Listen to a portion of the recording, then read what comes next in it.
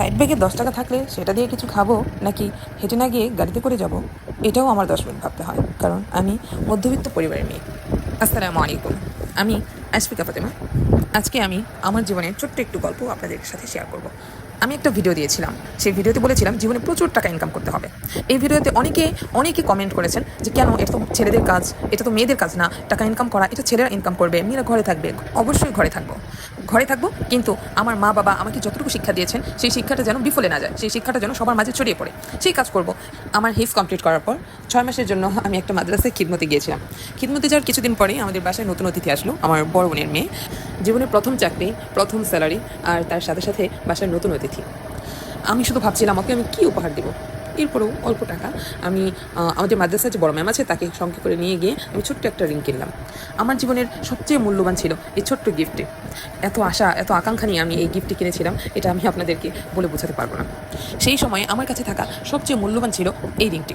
আমি যখন ঢাকা থেকে বাসায় ফিরি, আমার এই ছোট্ট সারপ্রাইজটি দেখে সবাই অনেক খুশি হয়ে গিয়েছিল, আমিও অনেক খুশি ছিলাম।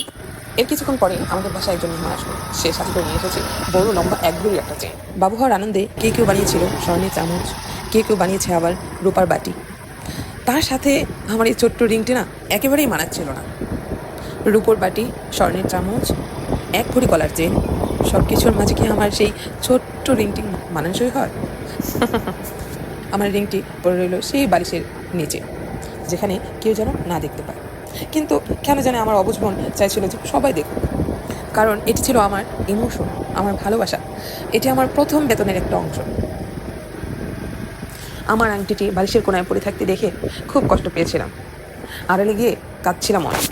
কিন্তু ভাগ্যের ফের, এত ছোট আংটি, এত অল্প রিং, এত অল্প ছোট্ট একটা জিনিস, এটা দেখে মানুষ আরও হাসতো, সেখানে আমার দ্বিগুণ আরও কষ্ট হতো। এটা এত অল্প, এটা এত ছোট, এগুলো বললে যে একটা মুচকি হাসি দিত, সেই হাসিটা দেখে আমি আরও দ্বিগুণ কষ্ট পেতাম। এজন্যই হয়তো সেদিন বড় আপু সেটা লুকিয়ে রেখেছিল একটু আড়ালে, যেন ওরা দেখতে না পারে। সেদিন আমি কষ্ট পেয়েছিলাম যেদিন আমাকে লেগুনাতে হ্যারাসমেন্ট করা হয়েছিল। আমাকে সবাই বলছিল আপনি পার্সোনাল গাড়ি নিয়ে কেন বের হননি, কেন আপনি প্রাইভেট কার নিয়ে বের হননি। আমার তো সেই ক্ষমতা নেই, সবার মতো তো আমি এটাও পারি না কারোর সাথে কারো গায়ে লেগে বসে থাকতে। এক লেগুনাতে এক পাশে 6 জন বসা মানে কারো গায়ের সাথে গা ঘেঁষে বসা। আমি এজন্য পাশের সিটে আমার ব্যাগটা সাইডে দিয়ে রাখতাম। সেটা নিয়ে অনেক কথা শুনিয়েছিল। তখন আমার এত খারাপ লেগেছিল, আমি বলেছিলাম যেভাবেই হোক আমি আমার পার্সোনাল গাড়ি করবই করবো।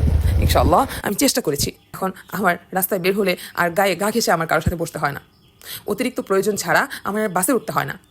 যদিও বাবার সাহায্য আর নিজের জমানো নিজের টাকায় কেনা সেকেন্ড হ্যান্ড গাড়ি, আলহামদুলিল্লাহ আল্লাহ আমাকে অনেক ভালো রেখেছেন। আশা করি আপনারা বুঝতে পারছেন যে আমি কেন বলেছি যে ইনকাম করতে হবে, কারণ আমরা মধ্যবিত্তের সন্তান, বাবার টাকায় সব কিছু হয় না। আমাদের নিজেদের স্বপ্নগুলো নিজেদেরই পূরণ করতে হয়। আল্লাহ আপনাদের সবাইকে অনেক ভালো রাখুন।